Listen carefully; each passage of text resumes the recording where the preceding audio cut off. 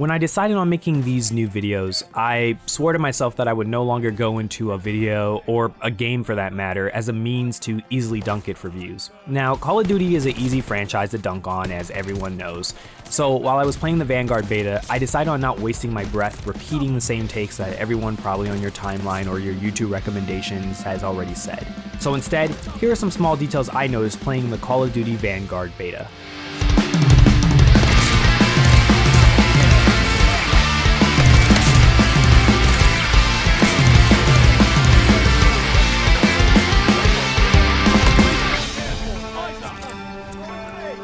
So before I start to lay out some of my observations, let's get the obvious out of the way.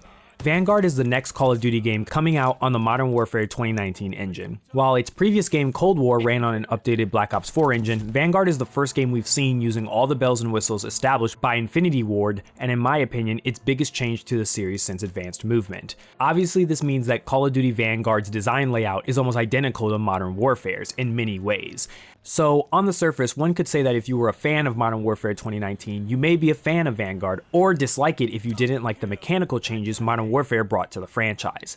However, from what I've played, I wouldn't actually say Vanguard feels exactly like Modern Warfare. Menus, weapon customization, and game modes aside. The first thing I noticed right off the bat is Vanguard's pace. Double kill! When I first started playing, I was actually overwhelmed as everyone was moving like adrenaline junkies.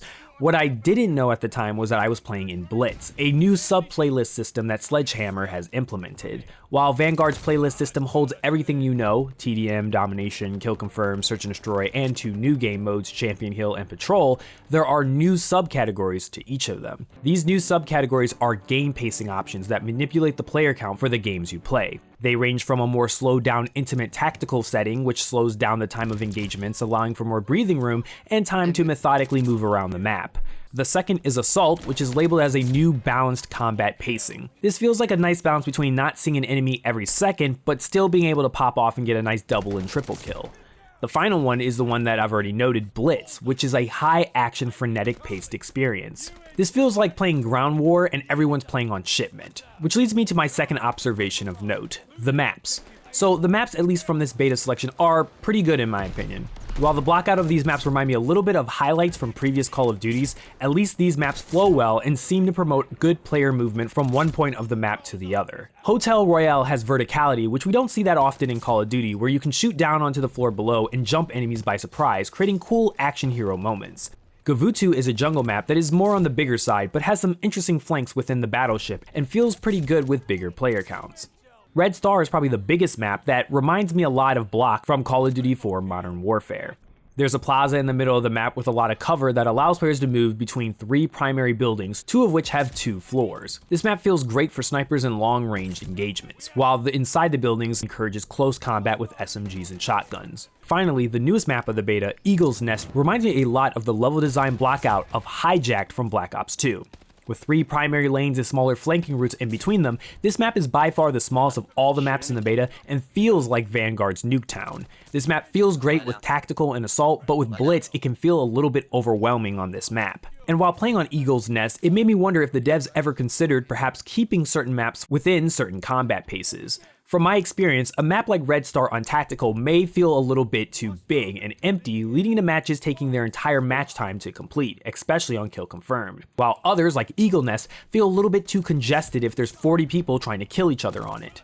If this is a taste of what's to come for Vanguard's 20 maps day 1, it shows that Vanguard understands some of the failings of Modern Warfare by promoting urgency to the player's location. Instead of trying to make the maps fit a real-life location layout that Modern Warfare's maps had, they instead built their maps to play a lot like the era of Modern Warfare 3 to Black Ops 2. Perhaps at one point in development they considered following a battlefield approach to the map design, somewhere where the combat pacing would influence the playable area of the map, or certain maps were only available in certain combat playlists. On top of that, the addition of tactical destruction in the game, and I use the word tactical very lightly here, feels like a half-hearted effort to add some sort of new way to play, even though the practicality of these areas of the map that can be destroyed really don't change player behavior like destruction does in a Battlefield game. It feels like these chosen locations could have easily had a door or a window there, but instead now you can bash through them and feel like a juggernaut.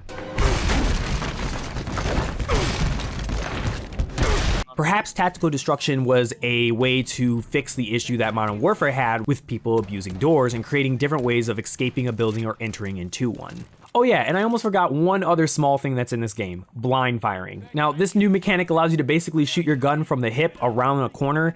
It's actually a bit more clunky than you would think, and it feels more novel than actually usable. But hey, I actually killed someone doing this and it felt pretty good. Another reason I think people are moving a lot more this time around is the changes to the minimap. Weapon fire now doesn't appear on the minimap unless you use radar for your perk 2. While there are suppressors and ammo types that allow for more stealth, knowing that you can shoot your gun without everyone in the match knowing your exact position by staring at the map requires more situational awareness than the crutch of the minimap, which I felt that Call of Duty players have been relying on for far too long. And speaking of reliability, that moves me to the sound design. For the beta, I've heard that there's been some strange mix issues going on with the game, so I won't say everything about this note is accurate to the final release. At this time, I feel like a lot of things in this game have become quite muted or diluted. Footsteps, notably, are harder to hear by default, which I personally like.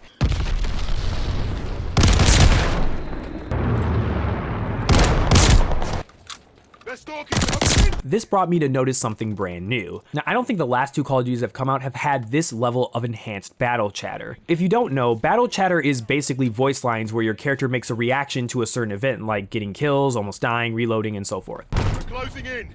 Marking hostile locations. Oh, I forgot about you. Closing with Able. Eyes all over me. You had that coming. But this time around, you may have noticed that there are way more specific lines for almost everything in the game. Get hit with a gas grenade and your character talks about how they're feeling sick. I'm not gas grenade. Watch the Molotov. This on its own may not matter, however, I did notice that some of these lines are being played within 3D space instead of in your head or only on your team. Now, it is entirely possible that this is a bug, but if this is intentional, that means that yes, even your enemies can hear it. Baker is overrun. Toss again. Setting up field mine. Other games like Battlefield have done a similar system to this, but one issue with battle chatter is that the system can accidentally give up your location to the enemy. Taking Charlie. Double kill. A famous meme of this is when you're stealthily moving around the map behind enemy lines, killing people, and then when you reload, your character screams out, "I'm reloading!" This is where I actually took note that perhaps instead of footsteps, this new enhanced battle chatter is the replacement for it, allowing you to pinpoint enemies with events instead of just movement. This change has some huge implications that I'm not sure will be a net positive or negative for this game. I'll categorize this little detail as a wait and see, but I am curious to see how the design will actually manipulate player behavior, since footsteps aren't that reliable anymore. So these small changes in Vanguard amount to what I would describe as a game that plays it extremely safe.